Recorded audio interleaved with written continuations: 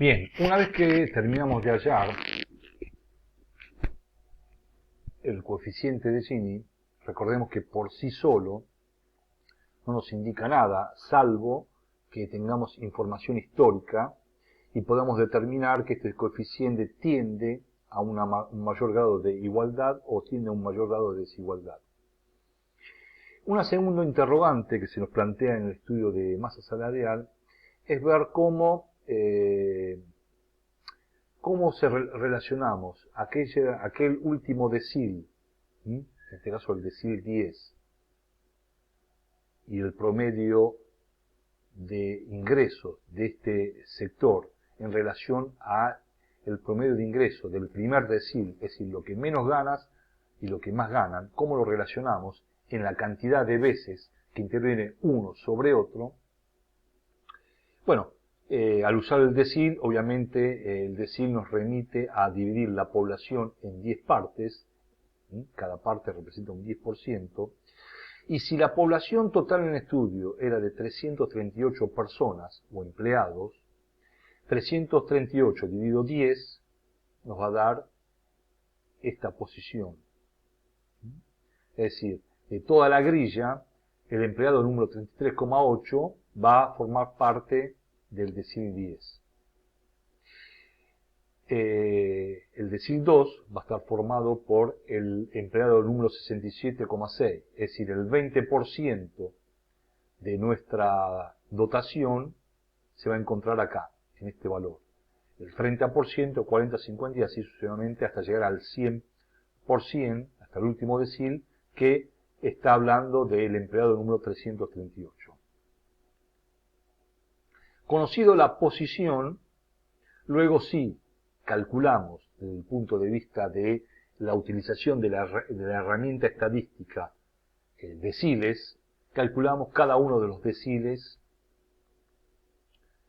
es decir, decil 1 nos va a indicar que el 10% de los empleados ganan entre el menor salario, recordemos la primera grilla, el primer salario era 6.700, el primer decil gana entre 6.700 y 9.775,76. Ese 10% de personas va a fluctuar entre esos valores. Por eso lo colocamos acá como rango. El primer decil gana entre 6.700 pesos y 9.776, 75,76. El segundo decil nos está hablando del 20% de la población. Y el 20% de la población gana entre 6.700 y 10.629. El tercer decil, es decir, el 30%, gana entre 6.700 y 11.482. Y así sucesivamente. Como es acumulativo, acá el 80% gana entre 6.700 pesos y 38.942,86. Y acá tenemos la representación de los 10 deciles. Ahora, cuando lo establecemos como rango, decimos que el primer decil gana entre 6.700 y 9.775,76. El segundo rango, comenzamos con el mismo valor, gana entre 9.775,76 y 10.629,29.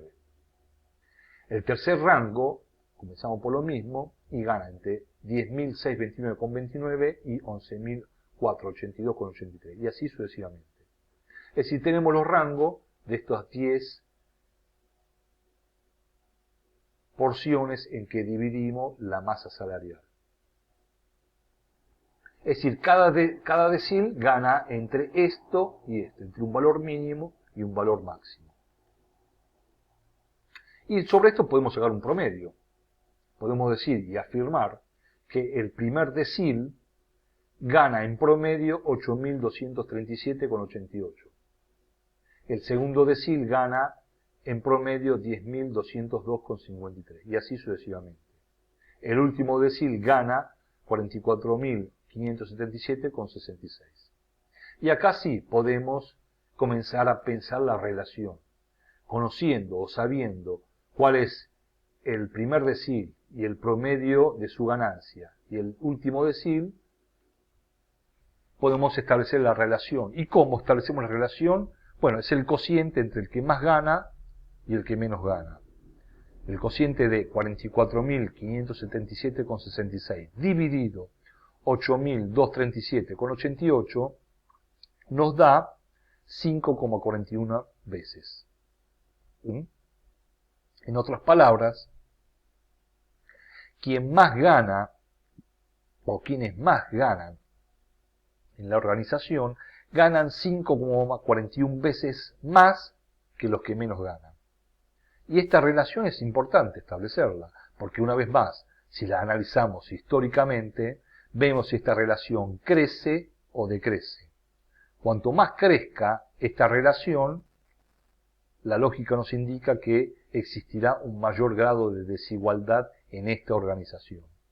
Cuanto más decrece, significará entonces que existirá un mayor grado de igualdad. Y esto es lo que tenemos que analizar de una masa salarial y comprobar si está en sintonía con las políticas salariales de la organización. Finalmente,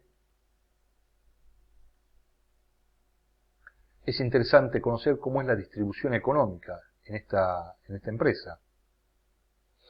Si el 10% que menos gana en promedio 8.237,88 y lo multiplicamos por la cantidad de personas, recuerden que habíamos dividido la población en 10 partes, son 338 empleados, lo dividimos en 10 partes, o sea 33,8, si multiplicamos este valor, este salario promedio, por los 33,8 nos da 278.410,34. Es decir, estos primeros 33,8 empleados se llevan del total 278.440,34. Si multiplicamos el 10% que más gana 44.577,66, lo multiplicamos por 33,8, todos ellos se apropian de 1.506.724,91. Y si lo dividimos esto por la masa total de dineros, de recursos económicos que paga la empresa, esta relación, este cociente, nos da 3,32% y este otro cociente nos da el 17,96%. Significa entonces, como conclusión final, que el 10% que menos gana se apropia del total de la riqueza generada o pagada en este caso, se apropia del 3,32%, mientras que el 10% que más gana se apropia de toda la riqueza del 17,96%. Y esta brecha, entre los que menos ganan y los que más ganan, también está estableciendo cómo, o habla de alguna manera, cómo es nuestra estructura organizacional. Si es una estructura muy empinada, muy chata, es intermedia. Estos valores son significativos si y solo si tenemos o disponemos de información histórica. Analizar históricamente cómo ha sido la distribución económica nos habla finalmente de la masa salarial de nuestra empresa. ¿Cómo es? Si la queremos modificar, si la queremos dejar como está, esto será, repito una vez más, esto formará parte de las políticas salariales de esta institución.